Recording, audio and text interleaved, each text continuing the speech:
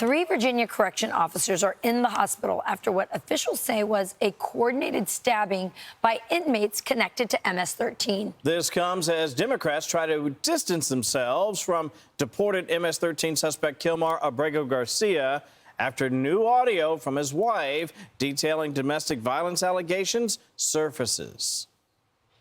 We're not vouching for Kilmar Abrego Garcia. We are vouching for his constitutional rights. I think our advocacy here has a little bit less to do with him individually and more the process and the fact, the lack of due process that this administration continues to act with. So let's bring in Homeland Security Secretary Kristi Noem. Madam Secretary, so great to see you. Thank you for joining us. Hi, Charlie.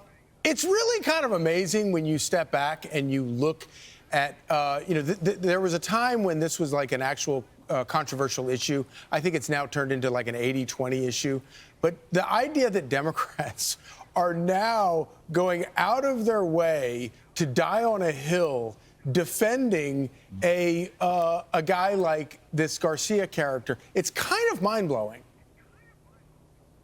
Yeah, it really is. The mainstream media, these congressmen, these senators, the Democrat Party wrapping their arms around a known human smuggler, a wife beater, a violent criminal that was finally held accountable for his actions. The fact that they went to the mat for this guy just shows exactly who they are, that they are people who don't put America first. They don't care about our citizens and protecting our communities. So I'm glad that the onion's been peeled back and that their true motivations have been revealed. And this is just one of the cases that we're getting off the streets. You know, since President Trump has been in office, we have removed thousands and thousands of violent criminals, and people are safer today. So obviously, Democrats have come a long way from the time when they lectured all of us about believing all women. They seem to not be so interested in his wife's testimony, her statements about what he did to her.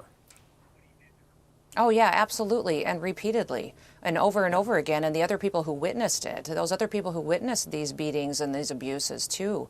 And you listen to the emotion in her voice and the trauma. And then they backed up this guy and they fought for him. And they flew to El Salvador to stand with him and say, this is the kind of guy I want to be friends with and advocate for and throw our federal laws and throw the United States of America under the bus for.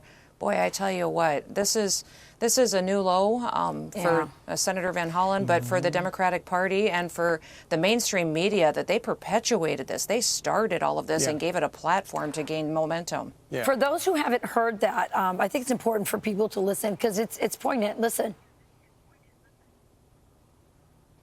He grabbed me from my hair and then he slapped me. And then the neighbor, he didn't know what to do. He didn't know what to react.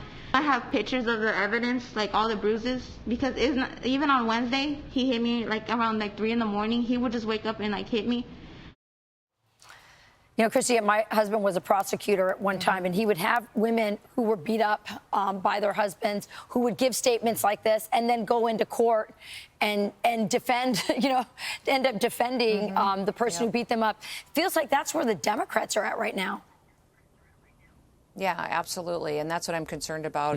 What she's saying today is she still scared? So many people and victims I've worked with over the years, they say one thing in public because they have to survive or to protect their children. So I wouldn't say that, what she's saying today is how she really feels. I think she could be in fear as well, and that's what happens. That's why one of the reasons that we opened the Voices office again over here in Homeland Security. The Voices office was established under the first Trump administration to be an advocate and a resource for people who were victims of alien crime, illegal aliens. And you know what? Biden closed it down. I think Elon talked last night on this network about cover-ups. This was one of the biggest cover-ups of illegal immigrant crime because Biden shut down this office so that these victims had nowhere to go to get help. It couldn't be documented. It couldn't be tracked. The data couldn't go back and look at it to see how many victims there truly were. We reopened it again so that people like the Angel Moms and other victims have a resource to track where these court hearings are, when these illegals are in the country, when they're going to be released. and how they're held accountable. So you talk about cover-ups that Joe Biden facilitated. This one endangered Americans, and we're so thankful President Trump is back and taking care of the victims of these terrible crimes.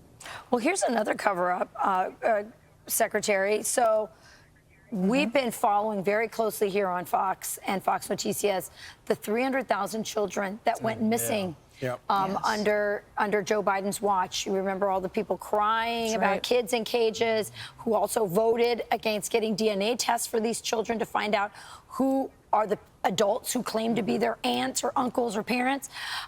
This past week in one of the cabinet meetings, RFK said this, and I thought it was one of the most remarkable moments of that cabinet meeting. Listen. We have ended HHS as the role as the vector, the principal vector in this country for child trafficking. And during the Biden administration, HHS became a collaborator in child trafficking and for sex and for slavery. And we have ended that, and we're very aggressively going out and trying to find these children, the 300,000 children that were lost by the Biden administration. So our government was complicit in child labor, child sex trafficking. They knew what they were doing. They knew what was happening here, and they did it anyway. The Secretary of HHS now saying, I've shut this down. But what is Homeland Security or any other parts of the government doing to find these children who Donald Trump told me in Bedminster last summer he promised to do everything he could to locate them? Absolutely. Yeah, Bobby's absolutely right. He's correct.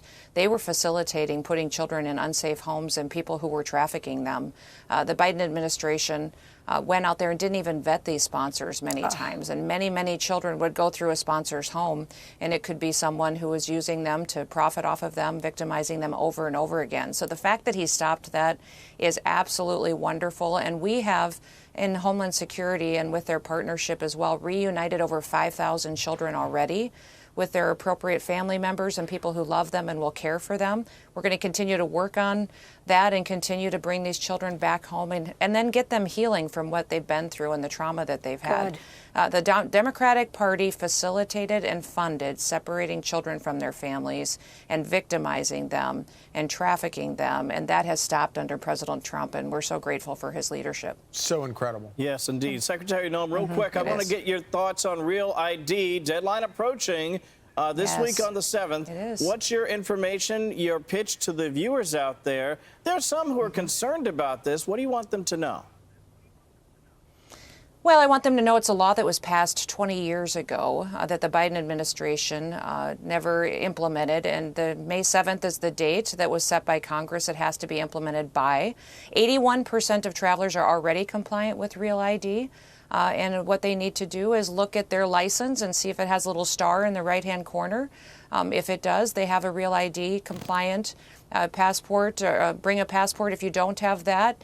But if you don't have a Real ID, then you may need to go through additional vetting or put in a different line, get a warning, just because we know that this is federal law and it allows us to know who's on our federally regulated aircrafts. And it's a safety concern. And also for me, there's 19 states right now that issue driver's licenses to illegal aliens.